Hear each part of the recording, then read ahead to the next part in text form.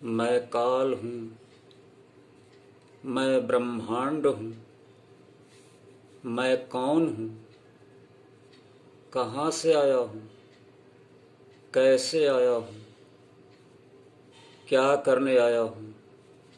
न जाने कितने प्रश्न सामने आ चुके हैं।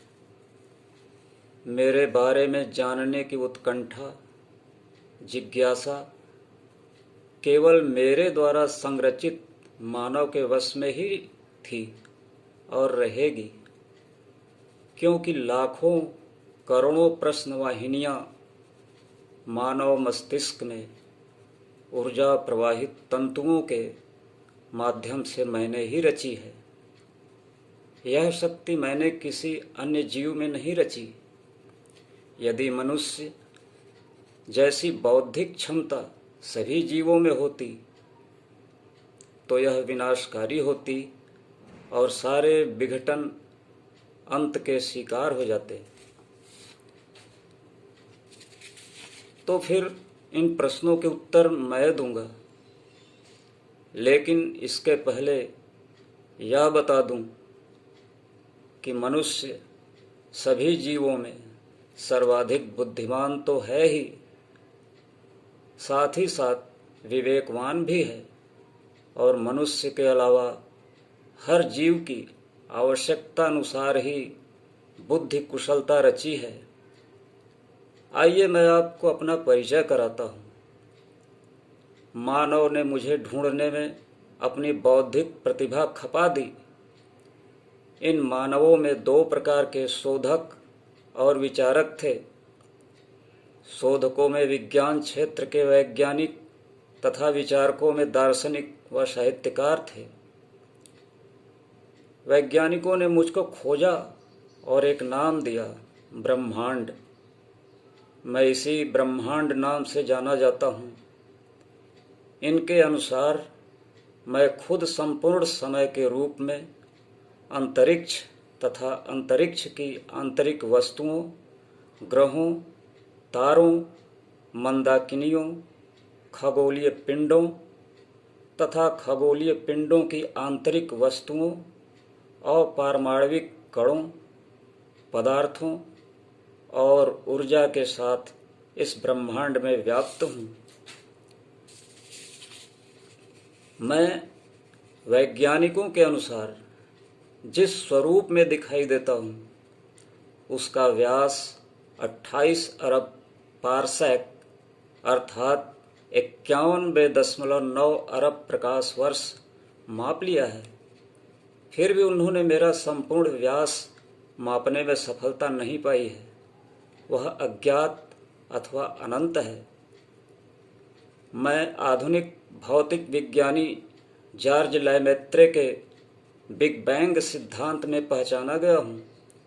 वे कहते हैं कि 12 से 14 अरब वर्ष पहले मैं अर्थात ब्रह्मांड परमाणुओं का एक संघनित बिंदु के रूप में था और इसमें 13.7 अरब वर्ष पहले महाविस्फोट हुआ और उस महाविस्फोट से व्यापक ऊर्जा का उत्सर्जन हो गया, जिससे महाविस्फोट से महज 1.43 सेकेंड के अंतराल पर 10 गुणे 30 गुना तेजी से मैं समय के रूप में तथा अंतरिक्ष सहित सभी घटकों ने जन्म ले लिया।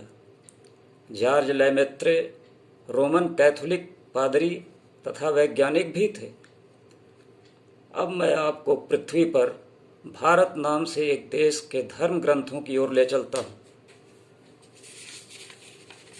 मैं मनुस्मृति के ग्रंथकार, लोग जिन्हें भगवान मनु के नाम से भी जानते हैं, उनके इस कथा को सुनाता हूँ। भगवान ने प्रजा की सृष्टि के लिए जल की सृष्टि की और उस जल में एक बीज फेंका। बीज जल राशि में गिरते ही सूर्य के समान स्वर्ण आभा लिए अंडाकार या गोलाकार रूप में एक आकृति जल के बाहर आ गई। इस गोले से पितामह ब्रह्मा की उत्पत्ति हुई और वह इस गोलाकार सूर्य में संवत्सर निवास करने के बाद उन्होंने इस गोले को 2 खंडों में विभक्त कर दिया। इस गोले के ऊपर वाले खंड में स्वर्ग और अन्य लोकों तथा नीचे खंड में पृथ्वी आदि की रचना की। यही विश्व गोलक ब्रह्मांड अर्थात मैं कहा जाने लगा। मैं अब आपको भारत की मनुष्यों द्वारा रचित श्रुतियों की ओर ले चलता हूँ। इन श्रुतियों के अनुसार हिरण्य गर्भ द्वारा एक ज्योतिर्गोलक की उत्पत्ति की गई, जिससे आदिम ज्योतिष्क निहारिका मंडल या गोलक से सूर्य, ग्रह, उपग्रह आदि का जन्म हुआ। श्रुतियों के अनुसार ब्रह्मांड अर्थात मुझ में त्रिस्तरीय हिस्से थे। ब्रह्मांड के ऊपरी हिस्से में 7 लोक, भूअरलोक, स्वरलोक, महरलोक, जनरलोक, तपलोक, ब्रह्मलोक और सत्यलोक हैं। बीच के हिस्से में भूलोक तथा ब्रह्मांड के निचले हिस्से में भी 7 लोक हैं,